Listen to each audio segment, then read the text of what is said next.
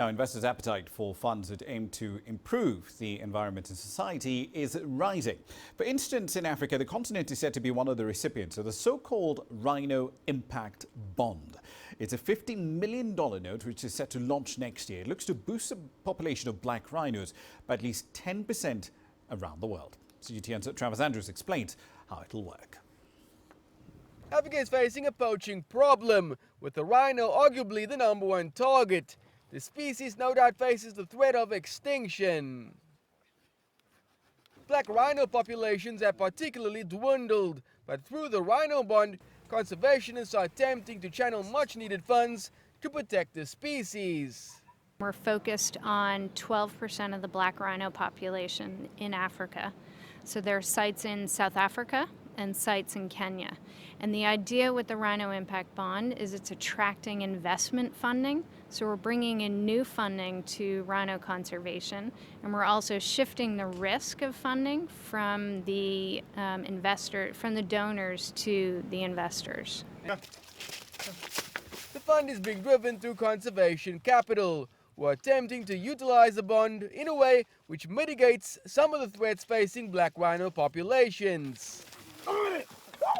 South Africa desperately needs investing in ways to curb the poaching levels. The funds derived could be used for new equipment or even set up more anti-poaching units. Each of the sites has done an in-depth plan looking at how they can grow their rhino population.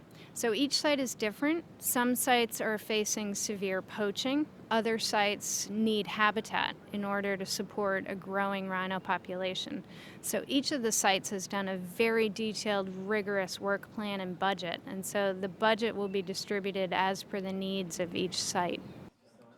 Investors in the $50 million bond will receive back their money and their returns if the conservational goals are reached over the 5 sites, and increasing the current population beyond what is thought to be around 5,000 black rhino.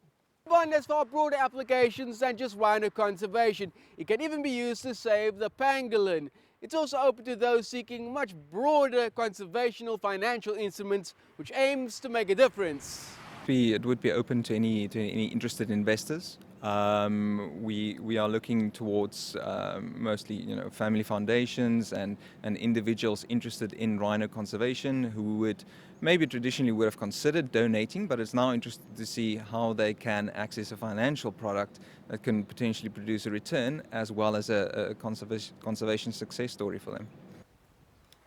While the success can be tracked on the outcomes-based bond, it remains to be seen just what overall effect it could have and whether the $50 million may be enough to lift the population numbers, or if more money is needed. Travis Andrews, CGTN, Cape Town.